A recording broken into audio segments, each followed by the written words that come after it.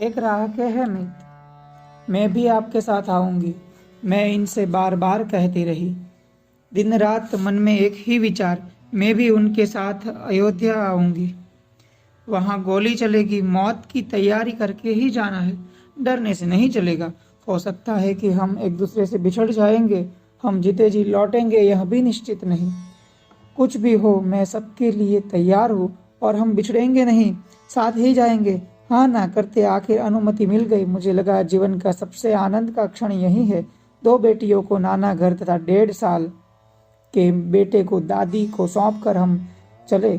साथ 200 कार सेवक थे, उसमें स्त्री कार सेवक में अकेले ही।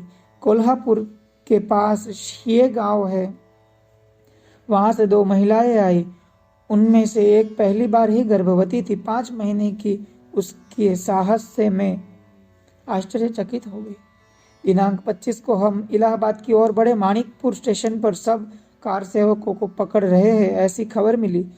तुरंत सभी ने अपने साथ लाए ध्वज दंड, भगवत ध्वज छिपा कर रखे। निश्चय किया कि किसी भी हालत में कोई भी उठेगा नहीं, सोते रहेंगे, नींद के स्वांग में पड़े रहेंगे। बोगी के दरवाजे तथा खिड़कियां बंद कर दी गई। मानिकपुर स्टेशन पर आने वाली पुलिसों की आवाज गूंज उठी, दरवाजा खोलो, दरवाजा खोलो। कोई भी झूठे नींद से उठे नहीं, परंतु किसी एक यात्री ने डर के मारे दरवाजा खोल दिया। पुलिस अंदर घुस गई। नींद का स्वांग लेने वाले कहाँ उठेंगे। पुलिस महाशय ने युक्ति अपनाई। वे बोल उठे, जय श्री राम। एक ने उठकर प्रतिसाद दिया। फिर शुरू, कहाँ जा रहे हो। अयोध्या। तुम्हारे साथी कहाँ है। यहाँ एक सोया है, वहाँ एक है, उधर एक सोया है। कहते कहते उसने करीब करीब सबको अटक करवा दी। सौभाग्य से वह हम तक पहुंचा नहीं। मेरे पैर के पास एक पुलिस ने जोर से डंडा पटक कर कहा, उठो भाई उठो, अयोध्या आ गई। मैं जैसे कि वैसे ही सोती रह गई। फिर उसने मेरे पति की तरफ मुंह मोड़ा, वे भी नहीं उठे। थोड़ी देर में गाड़ी की सीटी बज गई। गाड़ी इलाहाबाद की और आगे बढ़ी। गाड़ी आगे बढ़ जाते ही हम सब उठकर बैठे। देखा तो 200 में से सिर्फ 13 कार सेवक ही बचे थे। शिये गांव की वह दंपति भी पकड़ी गई थी, परंतु वे कार सेवक नहीं है। नूतन परिणीत होने के कारण देव दर्शन के लिए जा रहे हैं। सो संजोग से उसके हाथ में हरे रंग की चूड़ियां थी, साड़ी भी अच्छी सी पहनी थी। पुलिस ने उन दोनों को मुक्त कर दिया। दिनांक 26 को हम इलाहाबाद पहुंचे। 27 अक्टूबर के सत्याग्रह में शामिल हुए। उस समय लाठीचार्ज, हवा में गोलीबार हुआ। इस भगदड़ में हम दोनों बिछुड़ गए, परंतु न हम पुलिस के हाथ में आए न वापस गए। बड़ी मुश्किल से भेंट हुई। इनके डंडे को मार मिला था, परंतु पूछने तक का समय नहीं था। साथ का सामान भी खो गया था। छिप छिप कर जमुना जी के पुल के नीचे पानी में खड़े मौन। कुछ देर बाद हम 7-8 लोग छिपते छिपते स्टेशन में आकर प्रातः 4 बजे की रेल से फुफाई मेहू पहुंचे। दवाई खरीदने हम बाजार गए। अन्य सभी को रेलवे लाइन से आगे बढ़ने को कहा। हम दोनों पुलिस की चंगुल में फंसे। पुलिस इंस्पेक्टर से बातचीत हुई। उसने ही एक मोटरसाइकिल वाले को हमें चिलबिला तक पहुंचाने के लिए कहा। वहां शिवचरण जी के यहाँ जलपान किया। उन्होंने किसानगंज तक स्कूटर से पहुंचाया। फिर शुरू हुआ चराई वेती। पता चला कि जंगल की उस पार कार सेवक को कैद किया जा रहा है। दोपहर 12 बजे से 5:30 बजे तक जंगल में ही छिपे रहे। बाद में चलते चलते पतिपुरा पहुंचे, ठाकुर मंगल प्रसाद जी के घर, जहां पहले ही 8000 कार सेवक पहुंचे थे। मंगल प्रसाद जी ने सभी महिलाओं को रात में ही ट्रैक्टर से अयोध्या तक पहुंचाया।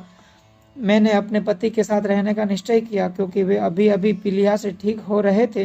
प्रातः चलना शुरू किया। दिनांक 30 को पूरे दरबार गांव में रुके थे। वहां की महिलाओं ने पैर दबाना आदि शुरू किया। वे एक दूसरे से बोल रही थी, देखो ये बच्चों को छोड़कर श्री राम के लिए आई है, देखो कैसी हालत हो गई। मुलायम सिंह, अब तुम्हारे दिन खत्म होने वाले हैं। रात 12 बजे फिर से चलना प्रारंभ हुआ। मानो निशाचर ही बने थे।